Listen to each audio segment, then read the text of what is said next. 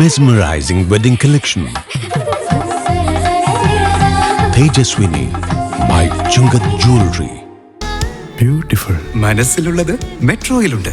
ഇപ്പോൾ 50,000 സ്ക്വയർ ഫീറ്റിൽ metro wedding plaza Angamaly. Edassery jewellery Kalady. ഏറ്റവും കുറഞ്ഞ പണിക്കൂലിയിൽ ലൈറ്റ് വെയ്റ്റ് 916 സ്വർണ്ണാഭരണങ്ങൾ ലഭിക്കുന്ന കാലടിയിലെ ജനപ്രിയ jewellery Edassery jewellery Kalady. Francis മാർപ്പാപ്പയ്ക്ക് ആദരാഞ്ജലി അർപ്പിച്ച് ലോകം. സംസ്കാരം ഏപ്രിൽ 26 ശനിയാഴ്ച ഇന്ത്യൻ സമയം ഉച്ചയ്ക്ക് 1:30. മറ്റുള്ള മാർപ്പാപ്പമാരിൽ നിന്ന് വ്യത്യസ്തനായിരുന്നു ഫ്രാൻസിസ് മാർപ്പാപ്പയെന്ന് Angamaly basilica rector father Lukose Kunnathur. മറ്റുള്ളവർക്ക് മാർപ്പാപ്പയുടെ ജീവിതം വെളിച്ചമേകുമെന്ന് യാക്കോബായ സഭാ മെത്രാപ്പോലീത്ത ഡോക്ടർ മാത്യൂസ് മോർ അന്തീമോസ്. അങ്കമാലിയിൽ കാത്തലിക് നസ്രാണി അസോസിയേഷന്റെ പ്രാർത്ഥനാ കൂട്ടായ്മ. കത്തോലിക്ക സഭയുടെ ജനകീയനായ പരമാധ്യക്ഷനാണ് തിങ്കളാഴ്ച രാവിലെ 11:05 വിടവാങ്ങിയത്. സഭാഭരണത്തിൽ കാലാനുസൃതമായ മാറ്റം വരുത്താൻ ഫ്രാൻസിസ് മാർപ്പാപ്പ ഒട്ടും മടി കാണിച്ചില്ല. സഭാഭരണത്തിൽ വനിതാ പ്രാതിനിധ്യം, ട്രാൻസ്ജെൻഡറുകളുടെ അവകാശങ്ങൾക്ക് അംഗീകാരം തുടങ്ങിയ വിപ്ലവകരമായ ഒട്ടേറെ ചുവടുവയ്പ്പുകൾ അദ്ദേഹം നടത്തി. ആത്മീയ വിഷയങ്ങളിൽ എന്ന പോലെ തന്നെ ഒരു ഭരണാധികാരി എന്ന നിലയിൽ അന്താരാഷ്ട്ര വിഷയങ്ങളിലും ഫ്രാൻസിസ് മാർപ്പാപ്പ ശ്രദ്ധേയമായ ഇടപെടലുകളാണ് നടത്തിയത്. ഇവയെല്ലാം മറ്റു മാർപ്പാപ്പമാരിൽ നിന്ന് ഫ്രാൻസിസ് മാർപ്പാപ്പയെ വ്യത്യസ്തനാക്കിയെന്ന് Angamaly saint George basilica rector father Lukose Kunnathur അനുസ്മരിച്ചു. വിശുദ്ധ പിതാവിനെ സംബന്ധിച്ചിടത്തോളം അദ്ദേഹത്തിൻ്റെ ദേഹവിയോഗം വളരെ യാദൃച്ഛികമായിട്ടാണ് അറിയാനിട വന്നത്. പരിശുദ്ധ പിതാവ് ഈസ്റ്റർ ദിനമായ കഴിഞ്ഞ ഞായറാഴ്ച ലോകം എല്ലാ രാഷ്ട്രങ്ങൾക്കുമുള്ള സമാധാനവും എല്ലാ രാഷ്ട്രങ്ങൾക്കുള്ള ആശംസകളും നേർന്ന് സംസാരിക്കുന്നത് നമ്മൾ മാധ്യമങ്ങളിലൂടെ വീക്ഷിക്കാനിട വന്നതാണ്. ഇന്നലെ ഉച്ചയ്ക്ക് 1:30 സമയത്താണ് മീഡിയാസിലൂടെ അദ്ദേഹത്തിൻ്റെ ദേഹവിയോഗം അറിയുക. അദ്ദേഹം വളരെ വ്യത്യസ്തനായിട്ടുള്ളൊരു വ്യക്തിയായിരുന്നു.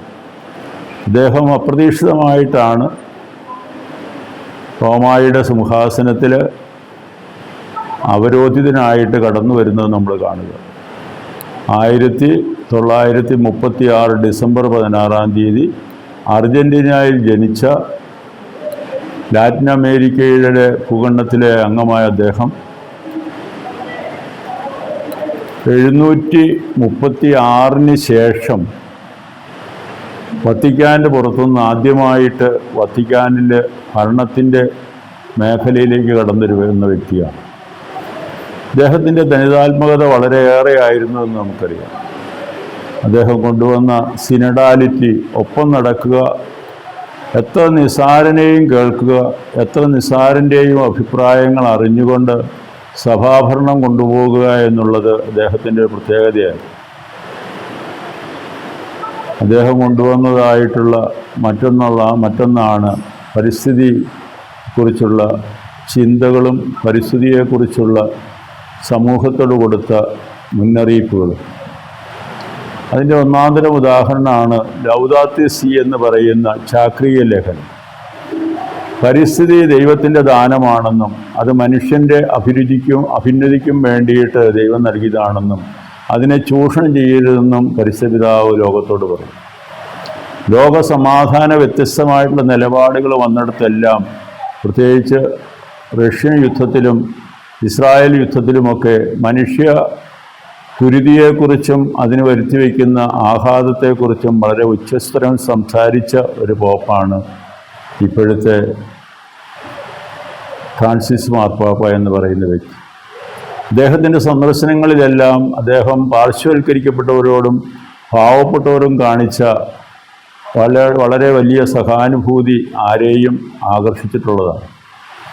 അദ്ദേഹത്തിൻ്റെ വലിയ വേദികളിലേക്ക് കടന്നു വന്ന കുഞ്ഞു കുട്ടികളെ പോലും എടുത്ത് ആശ്ലേഷിക്കുന്നതും അദ്ദേഹത്തിൻ്റെ തൊപ്പിയെടുത്ത് മാറ്റിയ കുഞ്ഞിനോട് വളരെ സഹതാപപൂർവ്വ സ്നേഹത്തോടെ പെരുമാറുന്നതും നമുക്ക് മാധ്യമങ്ങളിലൂടെ കണ്ടും കേട്ടും പരിചയമുള്ള കാര്യമാണ്. അദ്ദേഹം വന്നതിന് ശേഷം ഏറ്റവും കൂടുതൽ പരിഷ്കാരം വരുത്തിയത് റോമൻ കൂരിയായിൽ നടന്നിരുന്നതായിട്ടുള്ള ക്രമക്കേടുകളെ പരിഹരിക്കുക എന്നുള്ളതാണ്. അങ്ങനെയുള്ളവരെ കണ്ടുപിടിക്കാനായിട്ട് വ്യക്തമായിട്ടുള്ള അദ്ദേഹത്തിൻ്റെ സമീപനങ്ങളുണ്ടായിരുന്നു. അഴിമതിക്കാരായിരുന്നവരുടെ മേൽ നടപടിയെടുക്കുകയും റോമൻ കുര്യായെ തന്നെ വീണ്ടും ക്രമപ്പെടുത്തുവാനുള്ള രീതിയിൽ അദ്ദേഹം മുന്നോട്ട് പോവുകയും ചെയ്തു. അദ്ദേഹത്തിന് മറ്റൊരു സവിശേഷതയാണ്, ഒരു പോപ്പ് ജീവിച്ചിരിക്കുമ്പോൾ തന്നെ തിരഞ്ഞെടുക്കപ്പെട്ടൊരു പോപ്പാണ്. ബെനഡിക്ട് 16 മാർപ്പാപ്പ സ്ഥാനമൊഴിയുന്നത് അദ്ദേഹത്തിൻ്റെ മുന്നോട്ടുള്ള സഭയെ നയിക്കാനുള്ള വീക്ഷണം അല്ലെങ്കിൽ അതിനുള്ള സന്നദ്ധത എളുപ്പമല്ലെന്ന് മനസ്സിലാക്കിയപ്പോൾ 2013 മാർച്ച് മാസം 13 കോൺക്ലേവിലൂടെ അപ്രതീക്ഷിതമായിട്ട് ഭരണഭാരമേറ്റ ഒരു പോപ്പാണ് ഫ്രാൻസിസ് മാർപ്പാപ്പ. അദ്ദേഹം തിരഞ്ഞെടുക്കപ്പെട്ട അവസരത്തിൽ അദ്ദേഹത്തിൻ്റെ അടുത്തിരുന്ന കാർഡിനൽ അദ്ദേഹത്തെ ഓർമ്മപ്പെടുത്തിയൊരു കാര്യമുണ്ട്, പാപങ്ങളോട് പക്ഷം ചേരണമെന്നുള്ളത്. അതനുസരിച്ചാണ് അദ്ദേഹം ഫ്രാൻസിസ് എന്നുള്ള പേര് തന്നെ തിരഞ്ഞെടുത്തത്. ഫ്രാൻസിസ് നമുക്കൊരറിയാം, ഒരു പ്രകൃതി സ്നേഹിയും അതോടൊപ്പം തന്നെ ദൈവത്തിൻ്റെ മുമ്പിൽ ഏറ്റവും വിലപ്പെട്ട ഉപകരണമാണെന്നുള്ള തിരിച്ചറിവുമുള്ള, പാവങ്ങളോട് പക്ഷം ചേരുവാനും പാവങ്ങളെ ചേർത്ത് പിടിക്കാനുള്ള സഹാനുഭൂതിയുള്ള ഒരു വിശുദ്ധനായിരുന്നു. ആ വിശുദ്ധൻ്റെ ആധ്യാത്മികതയും ആത്മീയ ഗുണങ്ങളുമെല്ലാം ഫ്രാൻസിസ് പാപ്പായിൽ വിളങ്ങിയിരുന്നു. അദ്ദേഹം രോഗാവസ്ഥയിലായിരുന്നപ്പോൾ പോലും ലോകത്തോടുള്ള സന്ദേശങ്ങൾ കൊടുക്കുന്നതിനും രാഷ്ട്രങ്ങൾക്കുള്ള നിർദ്ദേശങ്ങൾ കൊടുക്കുന്നതിനും ബദ്ധശ്രദ്ധനായിരുന്നു. അതുകൊണ്ട് തന്നെയാണ് അദ്ദേഹം ഇപ്പോൾ നടക്കുന്ന യുക്രൈനിയൻ റഷ്യ യുദ്ധത്തിൽ പിൻവാങ്ങണമെന്ന് ആവശ്യപ്പെട്ടത്. ഇപ്രകാരം സഭാമക്കൾക്ക് നല്ലൊരു നേതൃത്വവും ഒരു ക്രിസ്തീയ ചൈതന്യവും ക്രിസ്തു വിഭാവനം ചെയ്യുക, സഹോദരനെക്കുറിച്ചുള്ള കരുതലും കാവലും വളരെയേറെ ജീവിച്ച് കാണിച്ചു തന്ന മറ്റൊരു പോപ്പിനേക്കാളും വ്യത്യസ്തനായിരുന്ന ഒരു പോപ്പിൻ്റെ ദേഹവിയോഗമാണ് സംഭവിച്ചിരിക്കുന്നത്. അദ്ദേഹത്തിൻ്റെ ആത്മശാന്തിക്ക് വേണ്ടി നമുക്ക് പ്രാർത്ഥിക്കാം. അദ്ദേഹത്തെ സൗഭാഗ്യത്തിൽ ദൈവം പ്രവേശിപ്പിക്കുവാൻ ഇടവരട്ടെ എന്ന് ആശംസിക്കുന്നു. മാർപ്പാപ്പയുടെ അപ്രതീക്ഷിതമായ വിയോഗം മൂലം ബസലിക്ക പള്ളി തിരുനാൾ ക്രമീകരണങ്ങളിൽ ചില മാറ്റങ്ങൾ ഉണ്ടാകുമെന്നും ഫാദർ ലൂക്കോസ് കുന്നത്തൂർ സൂചിപ്പിച്ചു. തിരുനാളിനെ സംബന്ധിച്ച് വ്യക്തതയോടുകൂടി ഒരു തീരുമാനം എടുക്കാൻ ഇടവകയ്ക്ക് ഇപ്പോൾ എളുപ്പമല്ല. കാരണം അത് സിനഡിൻ്റെ നിർദ്ദേശങ്ങളും വത്തിക്കാൻ്റേതായ അറിയിപ്പുകളും വരേണ്ടതുണ്ട്. ഇന്ന് ഉച്ചയ്ക്ക് വത്തിക്കാൻ്റെ അറിയിപ്പ് വന്നിട്ടുണ്ട്. അടുത്ത ശനിയാഴ്ച ഉച്ചയ്ക്ക് അദ്ദേഹത്തിൻ്റെ ദേഹവിയോഗം സംബന്ധിച്ചുള്ള മൃതസംസ്കാര ചടങ്ങുകൾ നടക്കുമെന്നുള്ളത്. അതുവരെയുള്ള എല്ലാ ആഘോഷങ്ങളും എല്ലാ ജീവിതത്തിൻ്റെ തിരുനാൾ ക്രമങ്ങളുമെല്ലാം മാറ്റിവെക്കണമെന്നാണ് സിനഡിൻ്റെ അധ്യക്ഷനായിരിക്കുന്ന മേജർ ആർച്ച് ബിഷപ്പ് സഭാസമൂഹത്തെ അറിയിച്ചിരിക്കുന്നത്. അതുകൊണ്ട് അനാർഭാടപരമായിട്ട് നമ്മുടെ നൊവേനകൾ, നമ്മുടെ തിരുനാളിൻ്റെ ക്രമീകരണങ്ങൾ മുന്നോട്ട് പോയിക്കൊണ്ടിരിക്കുന്നു.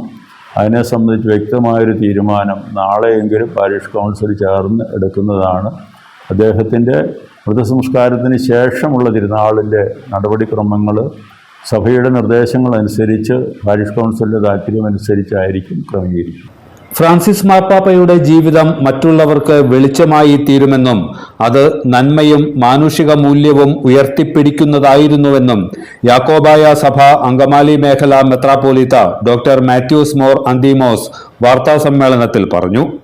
പരമാദിനം അധ്യക്ഷനായിരുന്ന മാനവരാശിയുടെ നന്മയ്ക്ക് വേണ്ടി മാനുഷിക മുഖം എപ്പോഴും കാണിച്ചു തന്ന ഫ്രാൻസിസ് മാർപ്പാപ്പായുടെ ദേഹവിയോഗത്തിൽ അങ്കമാലി ഭദ്രാസനം അങ്കമാലി മേഖല അനുശോചനം രേഖപ്പെടുത്തുകയും വിശ്വാസമൂഹത്തെ ഓർത്ത് പ്രാർത്ഥിക്കുകയും പരിശുദ്ധനായ മാർപ്പാപ്പായുടെ ജീവിതം അത് അനേകർക്ക് വെളിച്ചമായി തീരട്ടെ. അബ്രഹാമിൻ്റെ ഇസാക്കിൻ്റെ യാക്കോബിൻ്റെ മടിയിൽ ദൈവം ആത്മാവിന് വാസം കൊടുക്കട്ടെ എന്ന് പ്രാർത്ഥിച്ച് എല്ലാ അനുശോചനം രേഖപ്പെടുത്തുന്നു.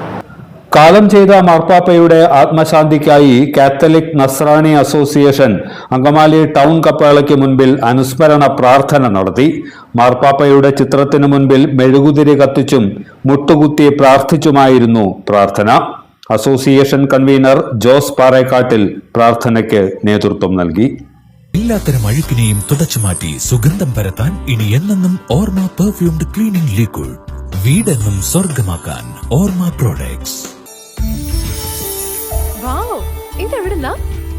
നമ്മുടെ MB ചാക്കോ ജ്വല്ലറിന്ന് 70 വർഷത്തെ പാരമ്പര്യല്ലേ. MV Chacko jewellers Angamaly. ഇനി കണ്ണു തുറക്കാം കാഴ്ചയുടെ പുതിയ ലോകത്തേക്ക്. Idimannickal edge opticals, opposite little flower hospital, Angamaly.